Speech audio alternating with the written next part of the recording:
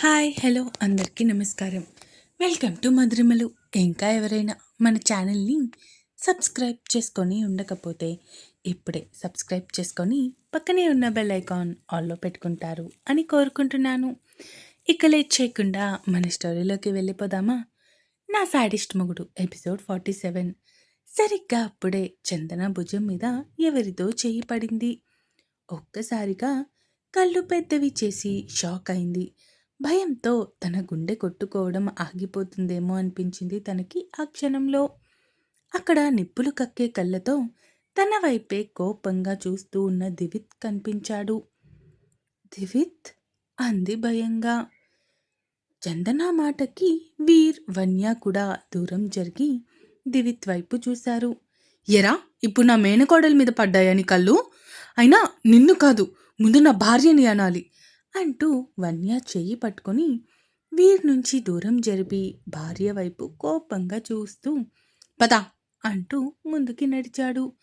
మామూ మామూ, no, నాన్న, I want నాన్న అంటూ ఏడుస్తూ చెయ్యి వదిలించుకునే ప్రయత్నం చేస్తూ ఉంది వన్య. వన్య, అలా ఎలా మాట్లాడుతున్నా? నీకు ఈరోజు కొన్ని క్షణాల క్రితం కలిసిన నాన్న ఎక్కువైపోయాడా అమ్మ కంటే? రా, నా కోపాన్ని ఎప్పుడూ చూడలేదు, చూడాలి అని కూడా అనుకోవద్దు అంటూ సీరియస్గా చెప్పేసరికి ఏడుస్తూ వెనక్కి తిరిగి తండ్రి వైపు చూసింది. వీర్ కూడా కన్నీళ్లతో కూతురి వైపు చూస్తూ కనిపించాడు. నాన్న కమ్ అంటూ చెయ్యి చాపి పిలుస్తూ ఉంది వన్య. ఇక ఏదైతే అదే అయ్యింది అనుకుని తన కన్నీళ్లు తుడుచుకొని వెళ్ళి పాప చేయి పట్టుకున్నాడు వీర్. వీర్, లీవ్ హర్. నీ గురించే చెప్తున్నాను, మర్యాదగా తనని వదులు. ఇప్పటికే నీ వల్ల మైథిలి రోజు నరకం అనుభవిస్తుంది. ఇప్పుడు మళ్ళీ తనకి కడుపు కొత్త కూడా మిగల్చుకు. తనని వదులు అన్నాడు దివిత్. లేదు, నా కూతురు నా దగ్గర ఉండాలి అనుకుంటుంది, తను నాతోనే ఉంటుంది మొండిగా చెప్పాడు వీర్. వదులుతావా వదలవా అడిగాడు దివిత్ అసహనంగా. వదలను, ఏం చేసుకుంటావో చేసుకో అన్నాడు వీర్. ఇక ఏం చేయాలో తెలియక అర్థం కాక అక్కడే ఉన్న చందన చెంప చెల్లుమనిపించాడు. నీ వల్లే, కేవలం నీ వల్లే ఈరోజు ఇలా జరుగుతుంది అంటూ తనని గట్టిగా కొట్టాడు. ఎంత గట్టిగా అంటే ఆ ఫోర్స్కి కింద పడిపోయింది చందన. అది చూసిన వన్య భయంతో వణికిపోతే వీర్ కళ్ళు కోపంతో ఎరుపెక్కాయి. దివిత్, ఏం చేస్తున్నావు? నువ్వు నా మీద కోపం చందన మీద చూపిస్తున్నావా? ఆర్ యు మ్యాడ్ అడిగాడు వీర్ అసహనంగా. అసలంతా వచ్చింది దీనివల్లే కదా. ఇన్నాళ్ళు మైథిలి పక్కనే ఉంటూ తను ఎంత బాధపడుతుందో చూస్తూ కూడా నీతో మాట్లాడుతుంది అంటే దీన్ని ఏమనుకోవాలి? అయినా తను నా భార్య. నా భార్యని నేను కొట్టుకుంటాను, చంపుకుంటాను. అడగడానికి నువ్వెవరివి అడిగాడు దివిత్. ఆ మాటకి వీర్ ఏమీ సమాధానం చెప్పలేక మౌనంగా ఉండిపోయాడు. వన్య, వస్తావా రావా అడిగాడు దివిత్. వన్య తన కన్నీళ్లు తుడుచుకొని చందన దగ్గరికి వెళ్ళి సారీ అంటూ దివిత్ కొట్టిన చెంప మీద ముద్దు పెట్టి తండ్రి దగ్గరికి వెళ్ళి నాన్న, ఐ గో విత్ మాము అంటూ తండ్రి బుగ్గ మీద ఒక ముద్దు ఇచ్చి అక్కడి నుంచి పరిగెత్తుకుంటూ దివిత్ కార్ దగ్గరికి వెళ్ళిపోయింది. రా నువ్వు కూడా అంటూ భార్య చేయి పట్టుకొని అక్కడి నుంచి వెళ్ళిపోయాడు దివిత్.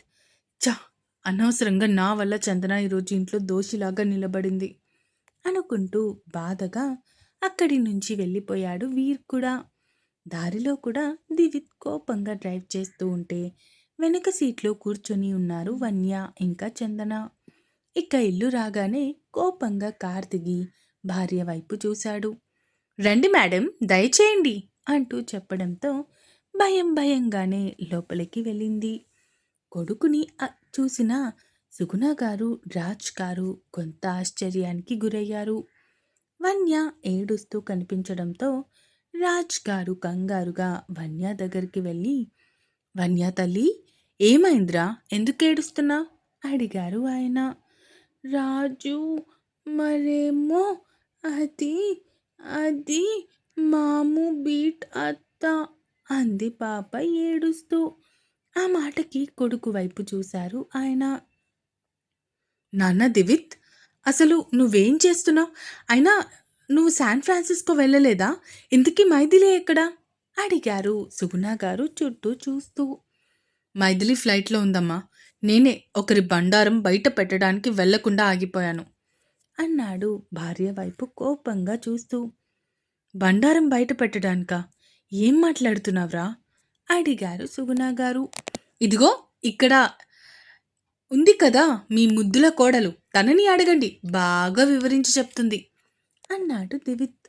అమ్మ చందన, ఏమైంది తల్లి? అడిగారు ఆవిడ కోడలి వైపు చూస్తూ. దానికి ఏం సమాధానం చెప్పాలో తెలియక సైలెంట్గా ఉండిపోయింది చందన. చెప్పండి మేడం, అమ్మ అడుగుతుంది కదా, తమరు చేసిన ఆ ఘనకార్యం ఏంటో వివరించి చెప్పండి, వాళ్ళు కూడా తెలుసుకుంటారు కదా అన్నాడు దివిత్ వెటకారంగా. దివిత్, చాలు, అసలేమైంది చెప్తావా చెప్పవా? అడిగారు రాజ్ గారు గాంభీర్యంగా. దివిత్ జరిగిన విషయం మొత్తం చెప్పాడు. అంతా విన్న రాజ్ గారు సుగుణ గారు కూడా ఆశ్చర్యంగా చూస్తూ ఉండిపోయారు.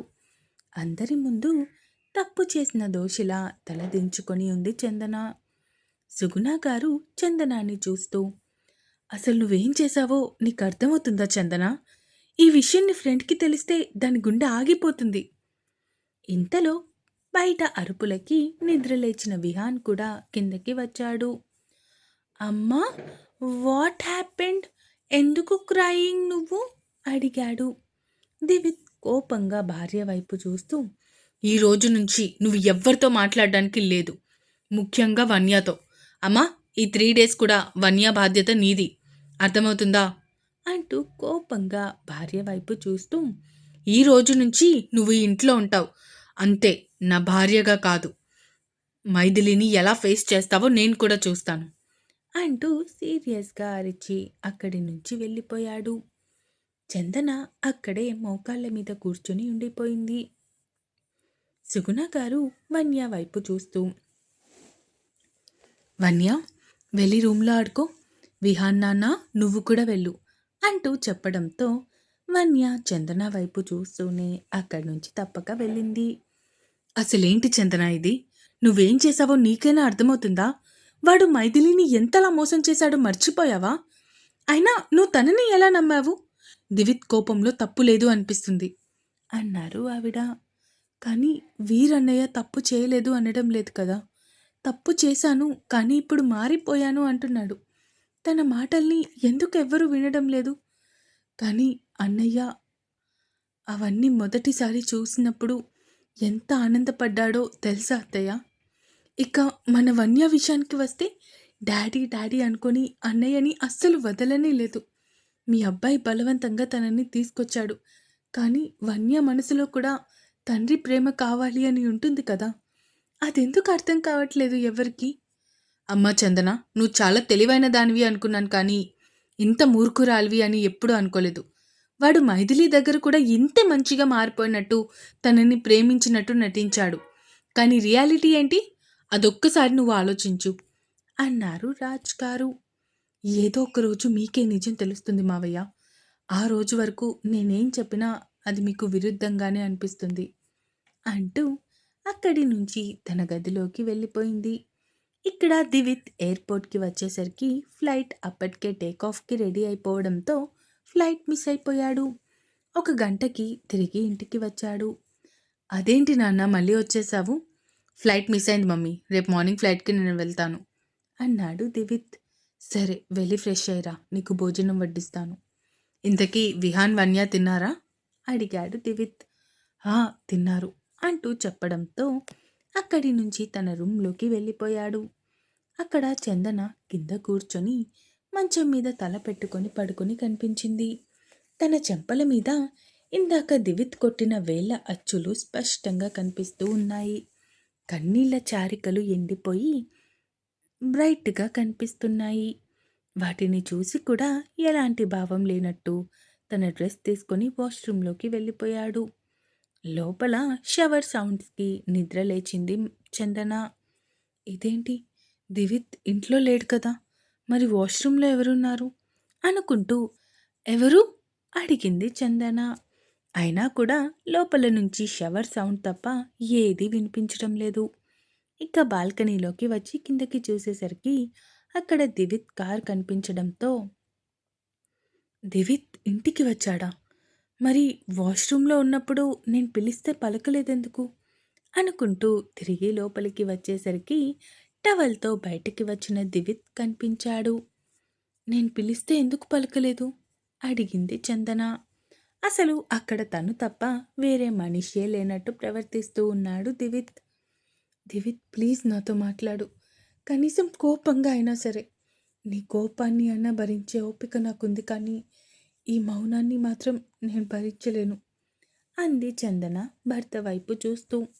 దివిత్ మాత్రం అస్సలు ఏం పట్టించుకోకుండా నైట్ డ్రెస్ వేసుకొని అక్కడి నుంచి కిందకి వెళ్ళిపోయాడు.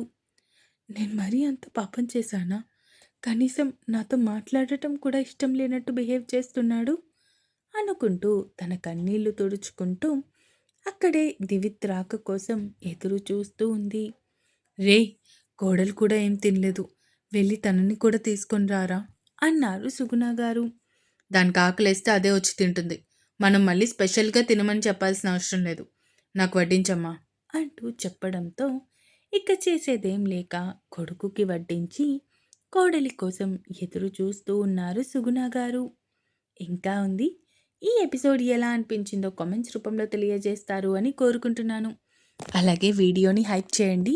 హైప్ చేయడం వల్ల ఏంటి అంటే మన స్టోరీ కొత్త వాళ్ళకి రీచ్ అవుతుంది.